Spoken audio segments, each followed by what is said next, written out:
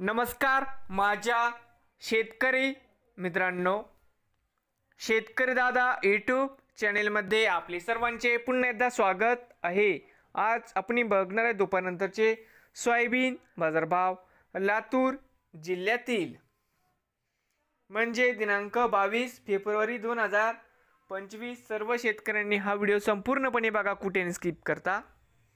बाजार समिती औराद शहाजनी या ठिकाणी आवक 1080 क्विंटल, कमीत कमी दर 3980 रुपये क्विंटल, सरसंद्राई 4025 रुपये क्विंटल, जास्तीत जास्त 4070 रुपये क्विंटल। बघूया पुढील बाजार समिती लातूर मुरड आवक 259 क्विंटल, कमीत कमी 3800 रुपये क्विंटल, सरसंद्राई 3900 रुपये क्विंटल, जास्तीत जास्त दर 4100 रुपये क्विंटल।